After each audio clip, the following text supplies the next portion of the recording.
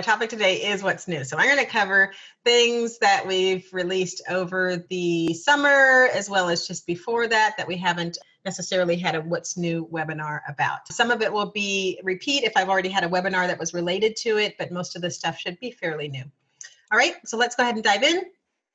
We're going to open Pipeline and start by showing you that the Docusign ability to connect and disconnect Docusign has moved. Previously, if you went under personal profile, you'd find it on your personal profile page here. Now it's over on the left. It's special. It's got its own little menu item there, right?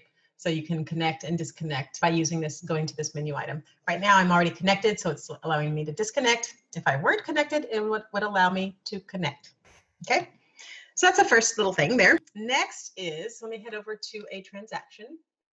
When I'm sending a message, in the past, I've had the ability to drag single unchecked items to that message area if I wanted to share that information with someone via email.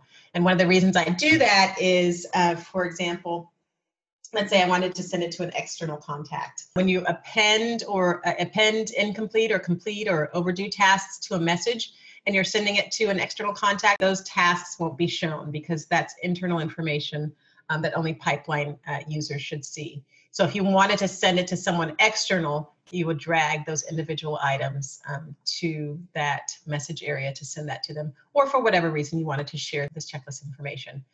So that's what you used to be able to do. Now you can actually drag entire checklists if you need to.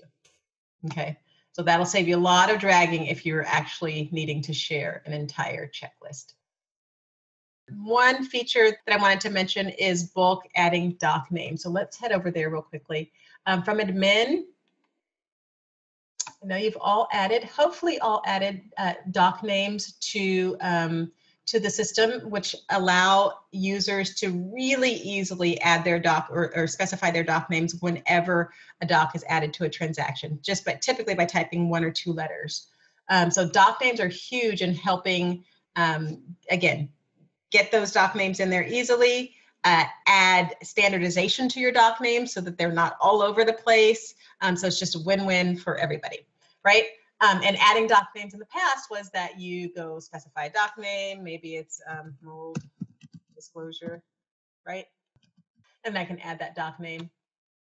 But now you can bulk add doc names, right? So that allows you to, wherever you're sourcing your doc names, whether it's from a list or maybe you're pulling it from tasks, which we'll talk about in a second. But when you've got that list of doc names, let's say I've got one here, right? I can just go ahead and copy those, paste them into my list of bulk add list, and then it'll allow me to review them. And then I can add them. Nice, clean, easy way to add them. And like I mentioned a moment ago about how you can pull them from your tasks or your checklists, remember that when you are on a transaction,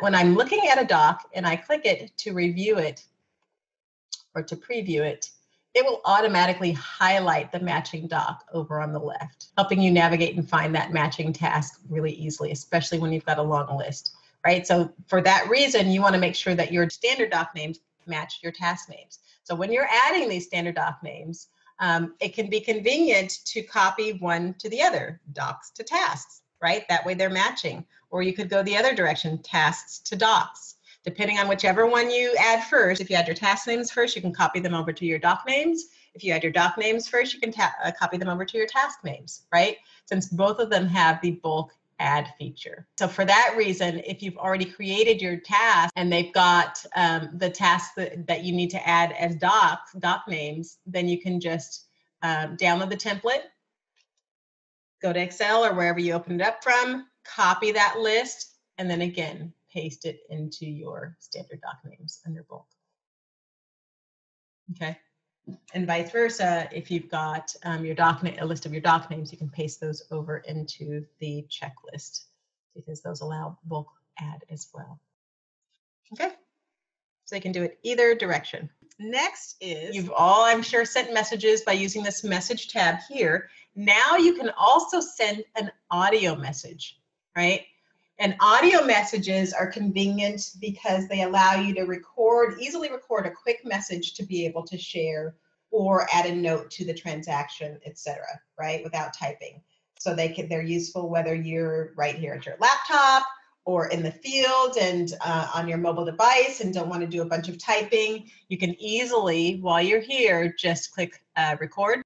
And I'm going to say record something. Whoops. I've got to allow it the first time. Record something really snazzy here, stop, and it's that easy, right? So I can play it back. I allow it the first time. Record something really snazzy here. And then once I'm ready, I can go ahead and add that note. So now I've got an audio note down here below, right? I can play it. I'm definitely not going to play that again. So again, ability to quickly send a recorded message.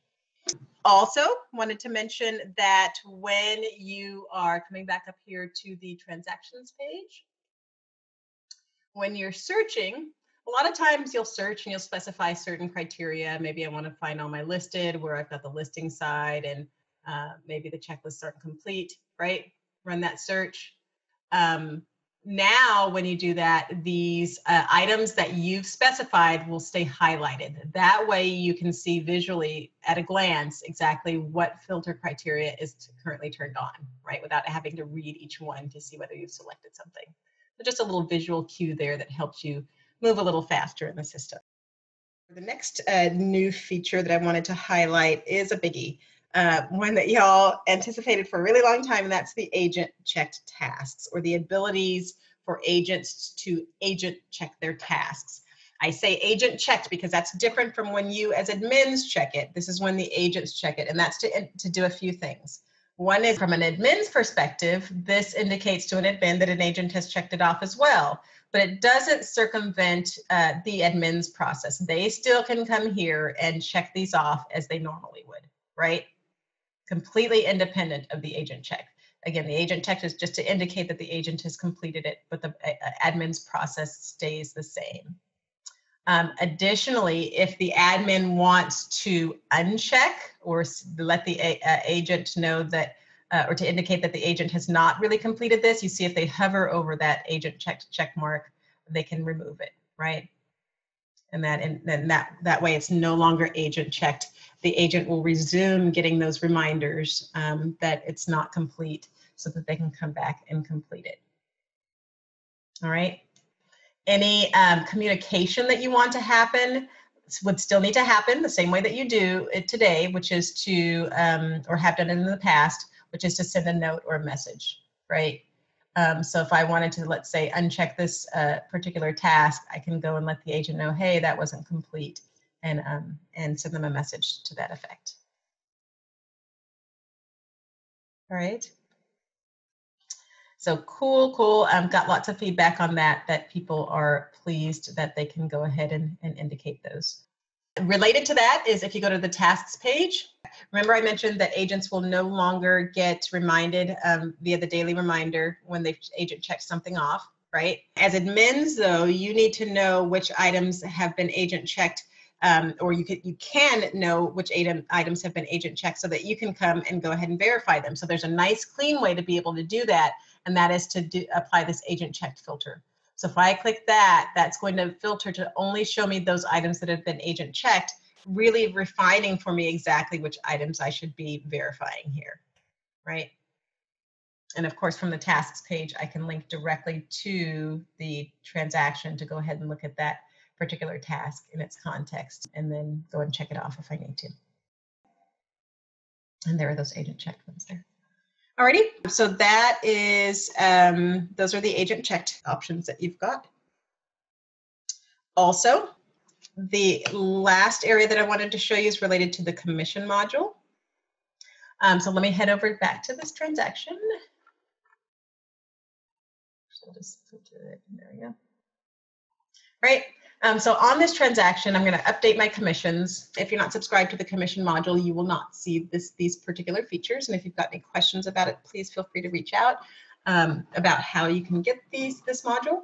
But basically, what you can do now is when I'm navigating through and generating my CDA for disbursement, when I'm on an agent, Ginger's got one here. When I'm on an agent that actually has some notes affiliated with their user profile, then I can copy those commission notes, right?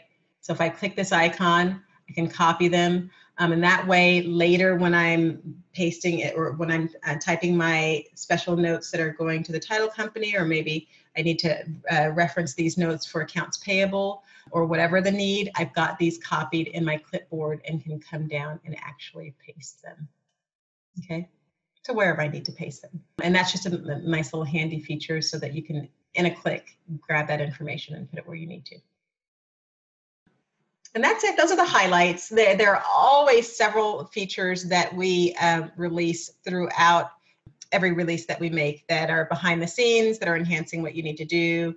If we've encountered any bugs, we'll fix those, obviously, but mostly some behind the scenes enhancements or larger things that we're working on as well. But these are the ones that I wanted to highlight that you will see and that can help you throughout your day.